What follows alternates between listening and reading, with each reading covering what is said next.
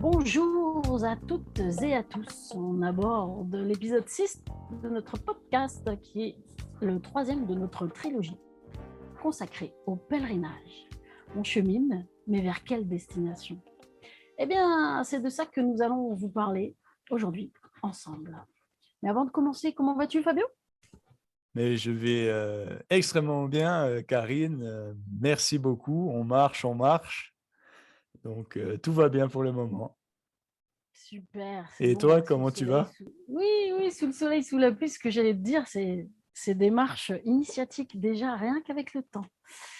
Eh bien, ça va. Donc, je vais introduire notre podcast du jour. C'est à l'arrivée que tout commence.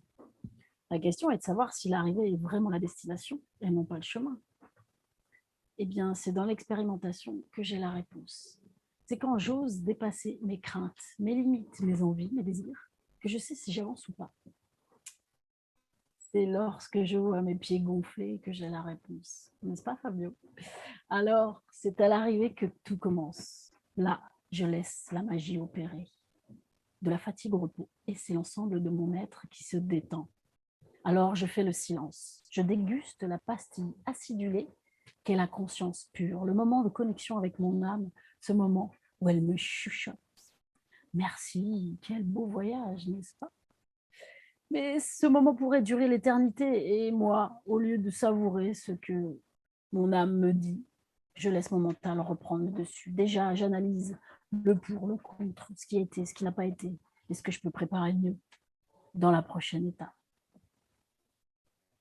Et toi, qu'est-ce que ton âme te dit? Quelle expérience es-tu venu vivre sur la Terre? Et penses-tu que c'est à l'arrivée que tout commence? En attendant ton point de vue et commentaire, voici Fabio qui nous fait part de la suite de son expérience. Est-ce à l'arrivée que tout commence? Le voyage avant la destination, c'est à toi, Fabio. Merci beaucoup, Karine. Et c'est vrai que sur ce chemin, on comprend petit à petit, pas après pas, que ce pèlerinage est une leçon de patience et d'émerveillement. Savoir s'arrêter, s'émerveiller et déguster l'instant. Ce n'est en aucun cas un sacrifice au nom d'un trophée ou d'une récompense. C'est simplement vivre le moment présent. Alors, j'aimerais te poser quelques questions, toi qui écoutes. Au quotidien, combien de minutes prends-tu pour t'arrêter, pour t'émerveiller? Est-ce que tu dégustes vraiment l'instant? Ou bien tu es là physiquement, mais ailleurs avec tes pensées? N'oublie jamais, aujourd'hui est un cadeau. C'est pour ce motif qu'on l'appelle présent. Et ce présent, tu l'emportes tout au long de la vie et il te sera toujours utile. Et là, tu me diras, pour quelle raison? Alors pour t'éclairer un peu plus à ce sujet, je vais te donner 2 anecdotes que jamais je n'aurais pu te partager si je n'étais pas en train de vivre mon voyage à fond, c'est-à-dire être dans l'instant. Donc ça, c'est des anecdotes que j'ai vécues l'année dernière lors de mon pèlerinage. Et la première anecdote, je vais te parler du moment où j'arrive à la cathédrale de Saint-Jacques-de-Compostelle. Donc le chemin du pèlerin s'achève sur la place de la cathédrale. Je ressens un courant électrique qui traverse tout mon corps. Je frissonne, mes poils s'hérissent. Une légèreté m'habite. J'ai la sensation de m'allonger et de m'élever.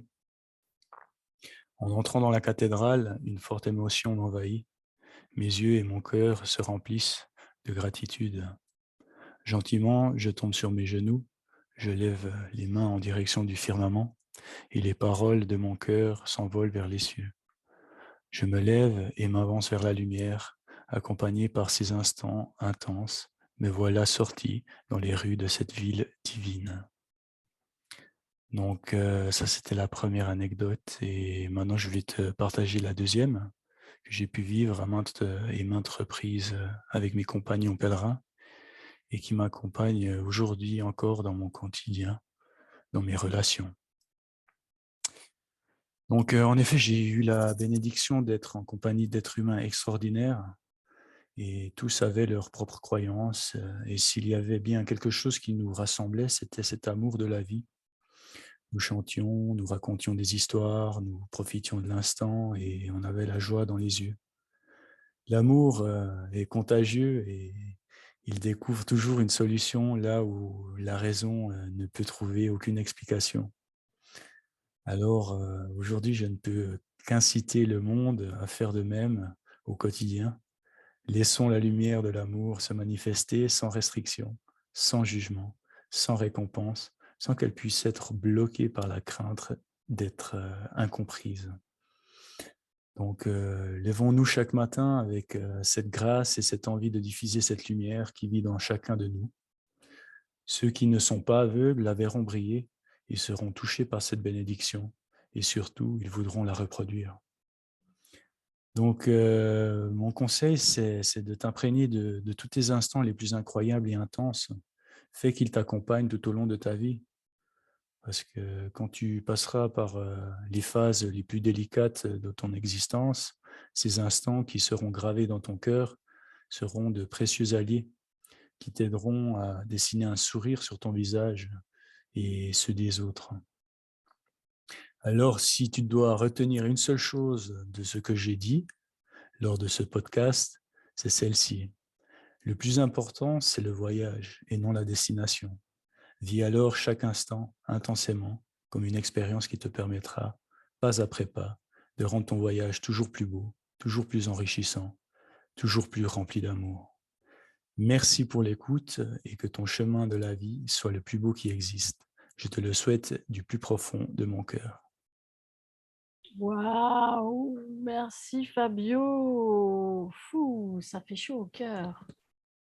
Merci à tous. On vous attend et surtout, on attend vos commentaires et rendez-vous pour notre premier live vendredi prochain. À bientôt à tous. Merci beaucoup pour votre fidélité et merveilleuse semaine à chacun de vous. Ciao. Au revoir Fabio. Bonne semaine. Salut Karine.